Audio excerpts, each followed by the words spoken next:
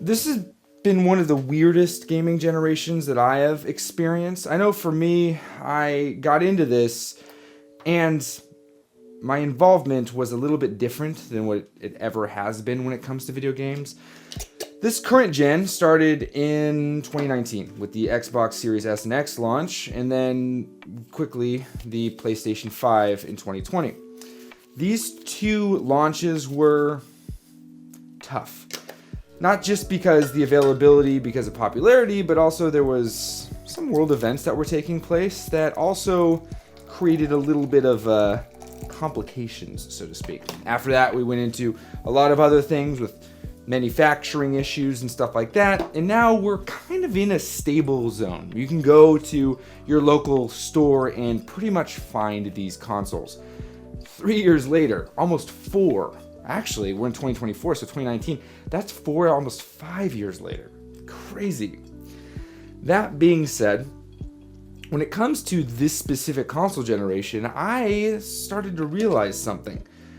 My current excitement level for certain things, I was like, why is it that I find myself in this ebb and flow?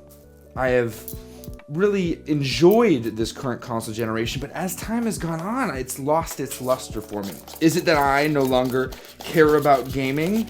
Is it that I, as a gamer, don't care about these franchises that are available to me on PlayStation and Xbox? Is it their fault? Well, if I go on my gut reaction, I would say, well, yeah, it's Xbox and PlayStation's fault. But it's not. It's a me thing. Now, in saying this, it's a little bit more complicated, I would suppose. See, back in 2019 when the Xbox came out, I had no interest in getting it. See, I had a PlayStation 4 and a Nintendo Switch. Xbox never really was on my radar. The only time I had an Xbox when I was first married, I was working for Apple at the time, and all the people at my current store were on Xbox. So they said, you should get an Xbox. I was so naive to it that I didn't end up enjoying it all that much, and I sold it quickly thereafter, but I didn't realize that crossplay was so widely available, even in 2017. So I ended up switching over to PlayStation 4, or I already had a PlayStation 4, so I guess I just simplified. Gaming in this next gen has been very, very interesting for me. You see, a lot of it was initially because I started this channel, right? I started it with the Nintendo Switch, and that was exciting for me because I like Nintendo, as I've stated and overstated. And from there, things grew, right? Xbox became very popular because the Series S was all you could get, so people wanted to know more about it. So I got into it more and more and more, and thus the next gen conversation started for me. I was able to get my hands on a PlayStation 5 relatively early in its life cycle because of being able to secure a GameStop bundle with Returnal and MLB The Show, as well as an extra controller and a gift card for like $700. It was ridiculous, but still, I got myself a PlayStation 5. When the original Steam Deck launched, I still was kind of up in the air about it. It wasn't that exciting for me. But something very specific happened to me in my life over those years of me starting this channel back in 2021. That was in 2020, September of 2020, I had my first child. Now, when I had my first child, my wife was at home. She proceeded to stay at home on maternity leave, and then for an extended amount of time was also staying at home because of world events and the way that things were panning out. And so our life was very different. This single child that we had was relatively easy to deal with, and my work was just being a freelance video editor, so I had a lot of flexibility in my life. I was able to explore the different elements of next-gen gaming and have a good amount of fun, but quickly developed this gamer ADD, I suppose. I don't think that's the best terminology for it, but it's the easiest way for me to explain this hopping around from game to game and not finishing anything. Part of it was because of the newfound freedom that I had because I had made video games a business, and I now had access to so many things. So exciting. I was like, holy smokes, I can play all these games. And Game Pass was new and exciting at the time, and it was really, really fun. And so I was playing a lot of next-gen titles, or current-gen, I guess. Next-gen is kind of a joke, especially at that time, was a joke, because everything was being released on the PlayStation 4. Before I roll for my cup today, we're going to be drinking Drink Coffee Do Stuff. That's what they're called. This is a Rwanda Izimbi, medium roast. Delicious. Says that it's ultra smooth. Medium roast being ultra smooth is interesting. I'm not too sure. We brewed it on the AeroPress regular. It was 15 grams in, 250 grams of water. And then I spun it at 30 seconds and spun it at 130 and pressed out at 2. There you go. There's the recipe. All right, boom. We're still going to be drinking this. And we are 2, which is blue again. Okay, pour some off and continue talking. My wife ended up going back to work, and my in-laws were helping me a couple days a week with the kiddo, and so that was helpful, as well as my wife also working partially from home, but it became more doable. I was able to spend time making videos, enjoying this hobby, but still, it started to get a little bit more limiting. As time went on, we had our second child, and that really changed everything for me. I realized that my interest in next gen, though at one point it was extremely high, I could no longer afford it. My attention was struggling greatly. And I had to make decisions. I had to make decisions to let go of certain consoles. So the Xbox was the first to go because the investment and the time investment in these became really challenging. I unfortunately had misallocated the reason why these systems became less and less interesting to me. It was a lot less about the system itself and a lot more about just my necessity to make my decision making simpler. Finding less and less value with certain systems created a kind of a weight on me. Like, oh my gosh, I have all these things, like I can't make a decision, and then I end up becoming more overwhelmed by my very hobby that was supposed to leave me refreshed. So again, as I said, Xbox was the first to go, but that was more because I didn't own anything on it, so it was okay. I miss playing Halo Infinite with the boys, but unfortunately the boys don't play Halo Infinite anymore. I figured out the recipe, it's good. It's gonna be a 5 on here. I also just need a little more time to cook. As time has gone on, I have, stuck with the PlayStation. Got a PlayStation Portal because there are a few games on there that I just wanted to be able to play anywhere in my house. One of them was Kingdom Hearts. I own every Kingdom Hearts game on the PlayStation 5, and the reason for that is because I adore that franchise. I am realizing as time has gone on that my time is limited. Very limited. It's part of the reason why I've grown so fond of systems like the Steam Deck and the Nintendo Switch, as well as my RG35XX SP, is because it allows me to play games when I can.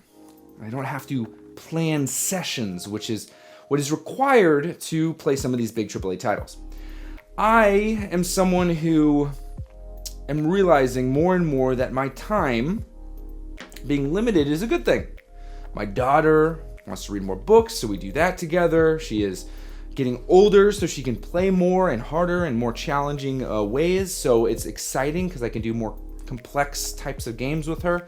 She's getting more into physical activities, riding bikes, messing around outside. So that is more and more what I'm spending time doing with her. Yes, she has been introduced to Mario and it's been exciting, but even in the first introduction, I realized, both my wife and I, that having free reign over access to these types of medias is probably not the best, so we've had to tone it back quite a bit just to make sure that it's a healthy introduction to it all. Which, it's crazy because I remember my parents doing the same thing. The last 2 AAA games I completed were 2 massive titles. Massive. Whether you're a fan of the franchise Final Fantasy or not, these 2 titles, Final Fantasy 16 as well as Final Fantasy 7 Rebirth, were 80-hour games each. These playthroughs were phenomenal. I adored them. I fell in love with the characters as much as I could, them being pretend, but grew emotionally attached to the story, invested in the development in both Final Fantasy 16 and Final Fantasy 7 Rebirth. Very fun and exciting games. But understanding where I'm at in the video game space, I look at those games and I go, if this is what AAA is going to look like for me moving forward, I unfortunately have to let it go.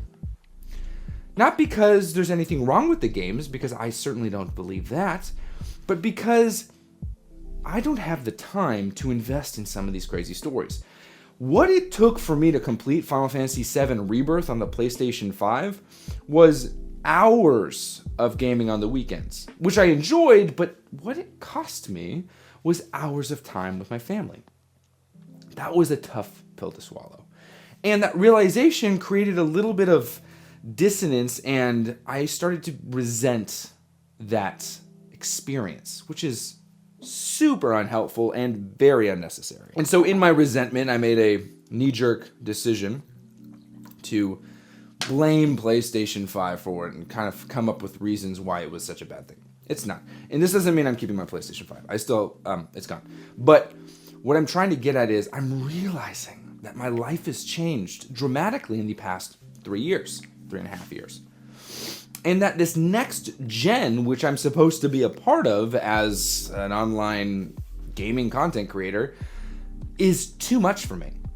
And so I retreat into some of my older titles that I love, like Mario and that kind of stuff. Well, today is exciting. Today is the Steam release of Kingdom Hearts. Finally, the franchise that is really the only reason why I kept my PlayStation 5 available with the PlayStation Portal is coming to Steam. And in coming to Steam, it's coming to the Steam Deck. This is exciting for me because these games I love. Now, I don't know how far I'll get through each, but I will tell you that ditching my PlayStation library and slowly pulling games that I want to play back onto the Steam Deck has been one of the best experiences for me. Now, I know I mentioned that Nintendo as a focus is something I want to lean into, but I think a better articulated way of putting this is I am someone who finds myself more attached to experiences I had and remakes and remasters as well as retro experiences than the newer ones that are coming out. I think Nintendo does a good job at building on those experiences and maintaining that feel across multiple generations. And that's because Nintendo as a whole really is popular because of their franchises. You're probably, if you have a PlayStation 5 and a Nintendo Switch and you're like, I want to buy a Doom Eternal, even though it runs well on the Switch, I've been told, you're probably going to want to buy it on a more powerful piece of hardware. Nintendo hasn't been competitive in the hardware space for a while as far as graphics. The competitiveness of Nintendo is usually in its form factor and design. The Nintendo Switch is the reason why this exists, if we're being honest. This would not really be something that we would see as much of if the Nintendo Switch didn't prove the concept that we want games this way. But this isn't about the Nintendo Switch. This is actually about how excited I am to be able to replay some of my favorite games and play through one of which I've never played, Kingdom Hearts 3, on something like the Steam Deck. Now, I do want to share that experience with you. Thanks for asking.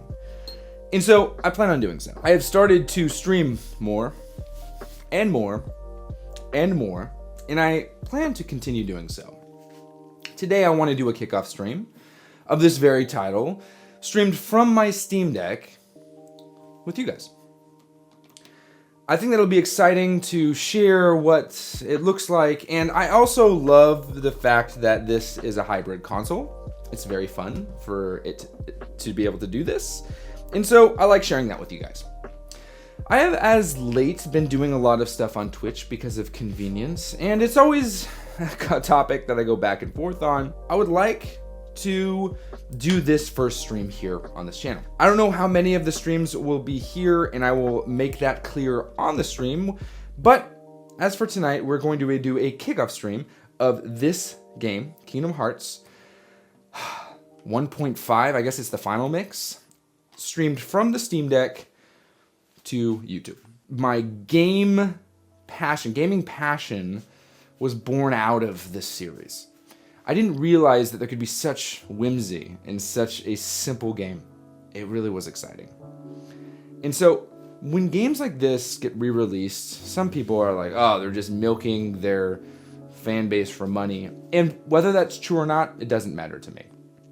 This game is available to you on Xbox, PlayStation, even already available to you on PC if you purchase it through the Epic Store.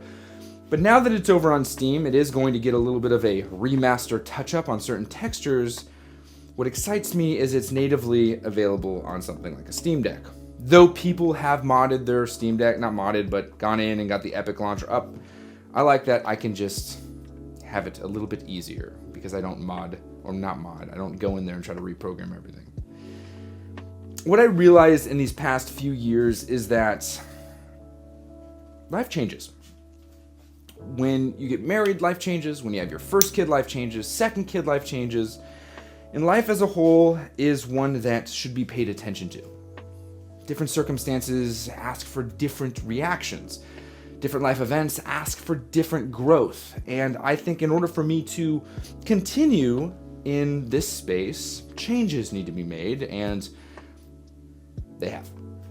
I think announcing changes are probably the biggest issues, but hey, whatever. It is what it is. I realized that AAA for me, current gen AAA, is just something I don't have time for. With games like Jedi Survivor and all these huge titles, Elden Ring, all these games, whether I like or dislike the playstyle, it's just not realistic for me to be able to play them all. And you know what? That's okay. Letting go and not blaming anything is, I think, what I learned through all this. It's not PlayStation's fault. It's not From Software's fault. It's not Square Enix's fault. It's not even my fault. It's just the luck of the draw. And so investing time in something new is something that I finding myself not as easily able to do as reliving something of old, such as Kingdom Hearts. It's an exciting time for me. I'm stoked. Thanks for hanging out. And we'll see you guys somewhere. All right. As always, happy gaming.